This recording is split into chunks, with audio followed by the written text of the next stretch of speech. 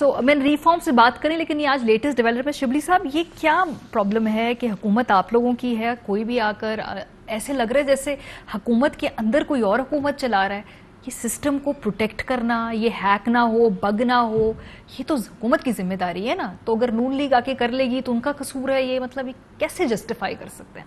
نہیں، اس میں تو کوئی شک نہیں ہے کہ الٹیمیٹلی تو ہم حکومت ہی ان چیزوں کو دیکھتی ہے، لیکن کچھ اسپیکٹس ایسے ہوتے ہیں جس میں کہ کوئی بھی شخص جا کے امپرسنیشن کر کے اور وہ کوئی چیز کر سکتا ہے ٹل دا ٹائم آپ کو پتہ چلے. کوئی ایسا میکنزم نہ دنیا میں ہے نہ کہیں پہ ہے جس میں کہ اگر آپ مطلب ہے کہ کچھ چیزیں ایسی ہوتی ہیں، بلکہ بہت سی چیزیں ایسی ہوتی ہیں جس میں کہ ڈیٹا انٹری ہو جائے کسی بھی نام سے اور اس کے ٹائم کچھ عرصے بعد جو ہے تو اس کا پتہ چلتا ہے، لیکن امیجیٹلی پتہ چلنا ذرا میرا خیال ہے کہ کافی مشکل ہے. لیکن خاص طور پہ ایک ایسے ماحول میں جہاں پہ کہ ایک ایسا بنیادی طور پہ اپوزیشن بجائے اس کے کہ اپنے آپ کو کسی خاص ایشو پہ وہ بحث کرا سکے، وہ کانسٹنٹلی لگی ہوتی ہے. ایک ہمارے دو کامن وہ ہیں، ایک ہے انڈیا جو کہ دنیا کا کوئی چیز ہو وہ ہمیں انوالو کرنے کی کوشش کرتا ہے. اپوزیشن کی یہ ایک مسلسل ایک کوشش ہوتی ہے کہ کس طرح سے حکومت کے اچھے کاموں کو میں بھی کوئی ایک ایسی سچویشن کریٹ کی جائے جس سے کہ وہ امبیرس ہو. حالانکہ سب جانتے ہیں کہ جتنی ویکسینیشن اور کووڈ کی جو ہینڈلنگ ہے دنیا لیول پہ وہ پاکستانی گورنمنٹ نے کی ہے، وہ کسی نے نہیں کی ہے، اور اگر یہ ان کی حکومت ہوتی تو پتہ نہیں کیا کچھ ہوتا. تو اس لیے یہ جو ہے تو ایک بڑی، میں سمجھتا ہوں کہ بڑی ایک انفارچونیٹ سچویشن ہے جس میں کہ اپوزیشن. تو یہ آپ کو جان بوجھ کے امبیرس کر رہے ہیں کیوں؟ نہیں، بالکل اس میں کوئی شک نہیں ہے، بیکاز دیکھیں ان کا کام ہی یہی ہے، یہ ہر پازیٹیو چیز کو نیگیٹو، چاہے اس کا کہ ایک انٹرنیشنل امپلیکیشن بھی کیوں نہ ہو، اس میں یہ چیزیں کرتے ہیں یہ. اور ان کی جو کامنٹس ہوتے ہیں وہ بھی نیشنل انٹرسٹ کو رکھتے ہوئے، ذہن میں رکھتے ہوئے، یہ اس پہ بجائے اس کے کہ اس پہ کوئی ایک سپورٹ کریں گورنمنٹ کو، یہ ایک ایسی اس میں سے ایک اختراع نکالتے ہیں جو کہ ملک کے لیے بھی امبیرسمنٹ کا بنتا ہے. اور ان کی جو ایک بڑی ایک کوشش ہوتی ہے کہ جی کس طرح سے ہم گورنمنٹ، ان کا یہی ایک ٹارگٹ ہے. اچھا. اور اس میں کوئی میرٹ نہیں ہے. سر یہ ملک صاحب آپ لوگوں کا ٹارگٹ کیا ہے؟ حکومت کو بار بار جان بوجھ کے آپ امبیرس کرنا چاہتے ہیں؟ ایسے آج جو یہ رابطے بتائے شہباز گل صاحب نے، انہوں نے بڑی میتھوڈیکلی بتایا کہ پی ایم ایل این کے ساتھ یہ لوگ جو تھے یہ وابستہ تھے. یہ ویسے یہ اس کا کوئی جواب، کوئی رسپانس، یہ تو بات طے ہے کہ روکنا حکومت نے ہے. یہ کوئی شرارت کی ہے آپ لوگوں نے، آپ کی طرف سے کسی اور نے کر دی ہے؟ ہو سکتا ہے کہ پارٹی نے نہ کہا ہو یا پی ایم ایل این نہ کہا ہو، لیکن اپنے طور پہ کوئی چھوٹی موٹی شرارت ہوئی، کوئی تحقیق وغیرہ کی ہے آپ لوگوں نے؟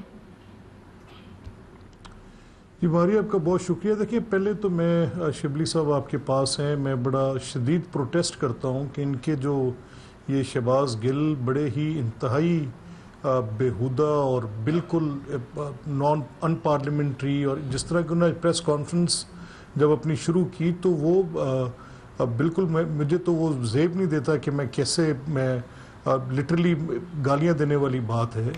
اچھا، جہاں تک اس چیز کا تعلق ہے کہ یہ کس کی غلطی ہے اور کس نے کیا یا سازش کی، دیکھیں دو بات تو حقیقت پر مبنی ہے.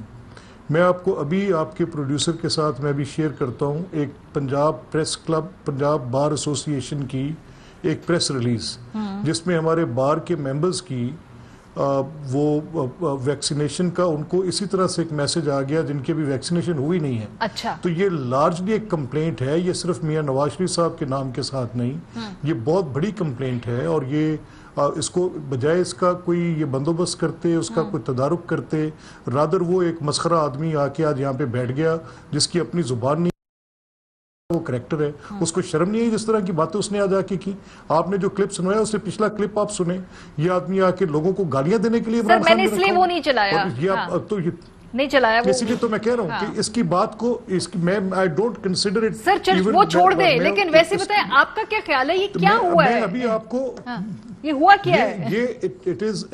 یہ دیکھیں نا، یہ ان کو اپنے آپ یہ گورنمنٹ انکوائر کرے، چیک کرے کہ لوگوں کو فیک کیوں ان کی ویکسینیشنز کی رپورٹ جا رہی ہیں. یہ میں بھی آپ کی ٹیم کو میں ایک واٹس ایپ کر رہا ہوں.